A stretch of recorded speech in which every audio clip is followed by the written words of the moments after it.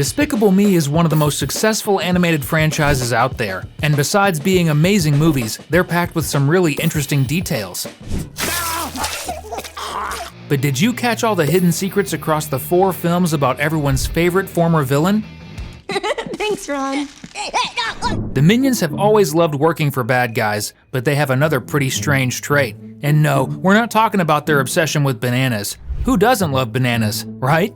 We're actually referring to their affectionate side, which shows up at the most unexpected moments. For example, in Despicable Me 4, if you look closely, you can spot a Minion in the background hugging another Minion and kissing his forehead multiple times. These little yellow creatures really love each other, don't they?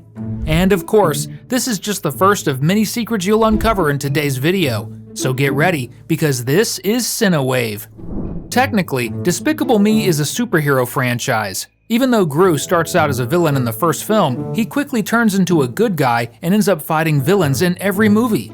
This concept was taken to another level in the 4th film, when some minions go through modifications and gain superpowers, becoming the Mega Minions. And if anyone still doubts this is a superhero saga, Mega Minion Kevin, who gets elastic powers, has a scene where he tries to use his elasticity to stop a train. This is a direct reference to one of the most iconic moments from Spider-Man 2, which is by itself a superhero classic. In the original 2004 film, Peter Parker stops a moving train using his webs and sheer determination. Believe it or not, that's not the only Spider-Man 2 reference in the movie. When the Minions are transformed into Mega Minions, they're grabbed by some strange tentacles that look a lot like Dr. Octopus's mechanical arms, the main villain of Spider-Man 2. He's such a fan favorite that he even made a triumphant return in Spider-Man No Way Home. So, it's safe to say that the creators of Despicable Me are definitely fans of Spidey, especially that particular movie. And it makes sense, considering many still believe it's the best Spider-Man film to this day. In Despicable Me 3, there's a hilarious scene where the Minions break into a movie studio. A fantastic detail that many people overlooked is that the studio is called Mundial Productions, and its logo looks like planet Earth.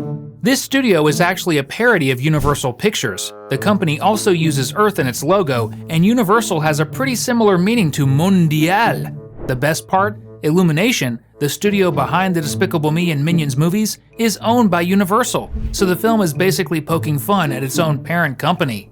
But Illumination doesn't just make jokes about its own family. In fact, in Despicable Me 2, Gru spies on his daughter Margot while she's out on a date. Pretty normal so far, right? Well, okay, spying on your own daughter isn't normal at all, but hey, it's a comedy. Anyway, that's not the kind of weird thing we're looking for. You get the point. In this scene, Illumination sneaks in a reference to one of its biggest competitors.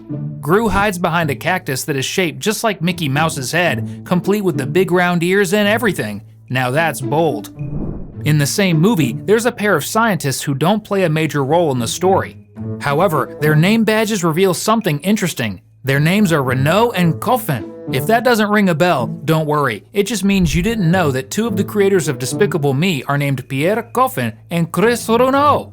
In other words, this little Easter egg is actually a really cool tribute. Jumping back to Despicable Me 4, there's another great detail hidden when Gru and Poppy break into the Villain Academy. During their infiltration, they pass by a motivational banner that reads, "Think evil, act worse." You can really tell this school is meant for villains when this is the kind of motivational message students read on their way to the cafeteria. If a sign like this popped up in a regular school, it would have definitely been put there by some troublemaking student who'd get a serious scolding once they were caught. If you're loving these hidden secrets, drop a comment below with #Despicable to honor Gru.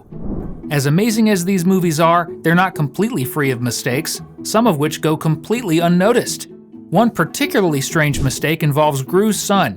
Gru Jr. is holding balloons of different colors, and like any baby, he starts popping them just for fun. But here's the weird part. The first balloon to pop is the purple one, the farthest one from him, completely out of reach for his tiny baby arms. What kind of supernatural powers does he have to make balloons burst with his mind? If it's telekinesis and he can use it to change the TV channel without touching the remote, I might start eating whatever diet this baby is on. What is it anyway? Just milk and baby food? Speaking of mistakes in Despicable Me 4, there's one involving Maxime Lemal's army of mind-controlled cockroaches. One of them is wearing a helmet with a military insignia, which makes sense since Maxime uses them as his personal troops.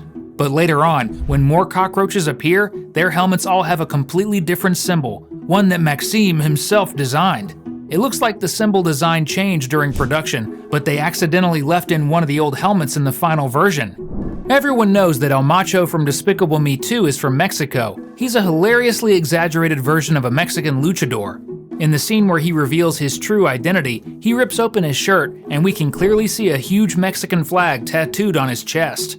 But somehow, as if by magic, the tattoo completely disappears for the rest of the movie, and his outfit leaves his chest exposed the entire time. Did the animators just get lazy, or was that tattoo temporary? Not very patriotic of you, El Macho. There's a pretty humiliating fight for Gru in Despicable Me 2, where he gets attacked by a security chicken that absolutely wrecks him. At one point, the chicken dives inside his shirt and tears it apart from the inside before bursting out in the creepiest way possible. Horror fans watching this scene probably caught the reference. It's an Easter egg inspired by Alien, where extraterrestrial creatures lay eggs inside people. When the eggs hatch, the little aliens burst out of their host's chest. Luckily for Gru, the chicken only shredded his shirt. Now let's talk about a less violent reference. In one scene, the minions are making juice the old-fashioned way, stomping on a pile of fruit until it turns into a mushy mess. Suddenly, one of them jumps into the juice, and when he comes back up, he's wearing a fruit hat.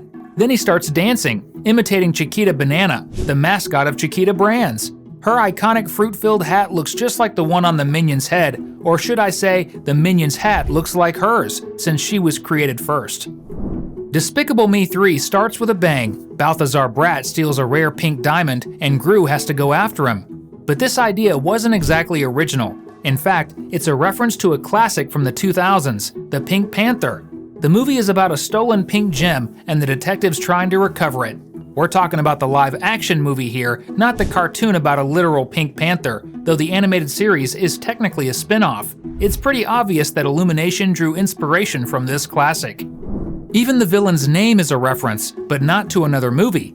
Balthazar Brat is a play on the word brat, which is used to describe spoiled, annoying kids, exactly what Balthazar was as a child, and still is, considering he never really grew up mentally. The only reason his last name is spelled with 2 T's instead of 1 is to make the joke a little less obvious. If you want to find out more cool secrets like these, hit that subscribe button. That way, you'll never miss our videos about the best animated movies out there. If you've watched Despicable Me 3, then you know Balthazar just can't let go of his teenage years, that time when he was the star of a TV show that eventually got canceled. And it's painfully obvious, especially with his over-the-top 80s-inspired outfit. But his look isn't just a throwback to the 80s in general, it's also a nod to one of the biggest icons of that era, Prince, who was known for performing in purple blazers. Someone needs to tell Balthazar that no matter how hard he tries, he'll never be as stylish as Prince. El Macho's lair has one of the most unique entrances ever. Instead of typing in a password, he has to step on the right sequence of tiles on a dance floor, each tile playing a different sound. And the correct sequence doesn't just play any random sound, it plays the melody of La Cucaracha, a classic Mexican song.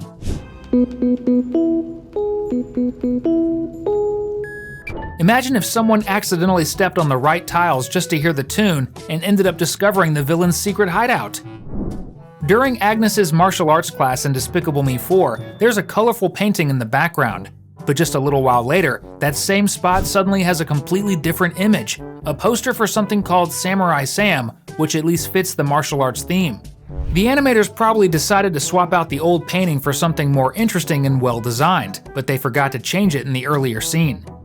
The first Minions movie ends with young Gru stealing Queen Elizabeth's crown, officially kicking off his partnership with the Little Yellow Troublemakers. But we bet you didn't realize that the crown had already appeared in another movie. In the first Despicable Me movie from 2010, one of the Minions is seen holding the exact same crown during the scene where they're offering up their savings to help Gru achieve his dream of stealing the moon. So that means the crown stayed in Gru's house all those years, since Minions is a prequel. Did the creators already have the events of a movie that wouldn't hit theaters for another 5 years planned out from the start? Wrapping up with another reference from the first movie, when Gru goes to the Bank of Evil to request a loan, we get a quick look at a painting of Mr. Perkins hanging on the wall. But it's not just any portrait, it's actually a parody of a famous painting of Napoleon Bonaparte. If you want to keep having fun, just click on one of these 2 videos on your screen. It's that simple. Thanks for watching, and see you next time!